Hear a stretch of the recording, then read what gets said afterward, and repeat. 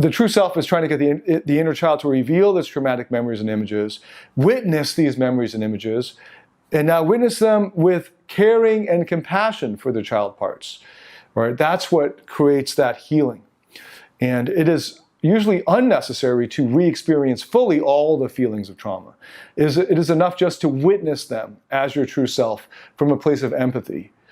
They have to be from a place of empathy, by the way, not just from a detached or intellectual place, right? So not just you just seeing that and like, that freaking kid, but from a place of empathy. Because if you're not actually experiencing empathy when you witness these events or re-experience them, then it's probably not your true self in charge, which is actually very dangerous. It could further traumatize the inner child.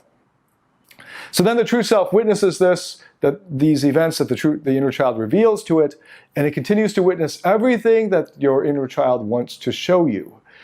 Okay, all the way through, everything, until your inner child feels that you understand it and understand how bad it was. Okay, so then the inner critic parts, they need to be shown that they're actually causing more pain than what they're trying to protect against. So these inner critic parts are now stuck in the past when there was real danger or real harm. But their strategy to criticize you doesn't actually leads to more pain, especially the longer this happens. The more the inner critic just keeps you down to protect you when there's really nothing to be protected from anymore. Actually sabotages your life and your success. And these inner critic parts often just go about this in a kind of robotic fashion, in a way where they're not in control.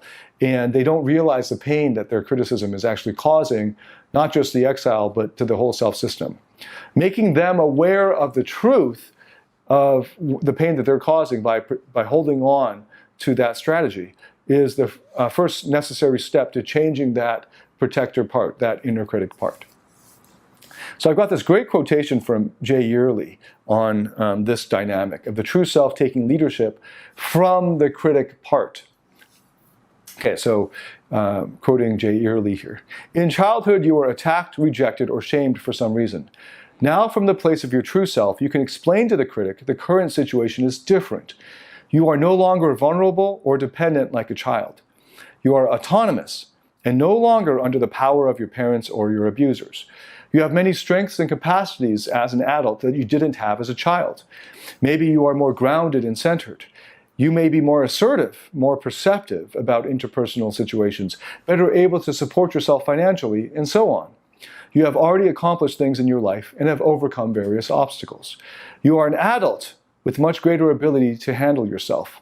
You have friends, maybe a spouse or a lover, perhaps a community that you belong to, a support group you can rely on. You have people you can turn to if necessary. This means you are no longer in danger the way you were as a child, and your true self is available now. Thus, your critic can relax and allow you to handle things.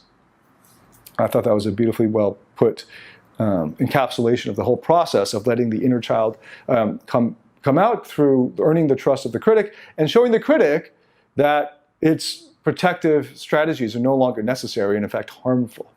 So it can step back. And actually when it does that, it transforms. When the inner critic relaxes and transforms, it becomes often the inner coach, because the coach is a healthy version of the critic. And there may also be an inner champion part of you that was in the background and can now come to the fore to support you in feeling good about yourself and help you to move ahead in life. And it can work together with the inner coach. So it's interesting because there are other parts of you that only come out every once in a while because some other manager part is dominant. And once you show the manager part, which is, that's why we say there are actually multiple personalities in you.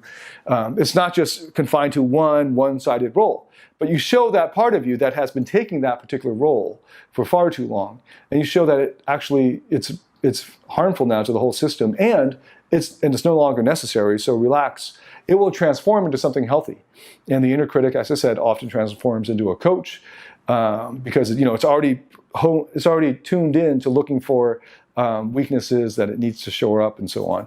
But now it does it from a positive perspective. And then the inner champion has now room to come in and team up with the coach. So it's like your inner cheerleader. These are all parts in their natural, healthy state.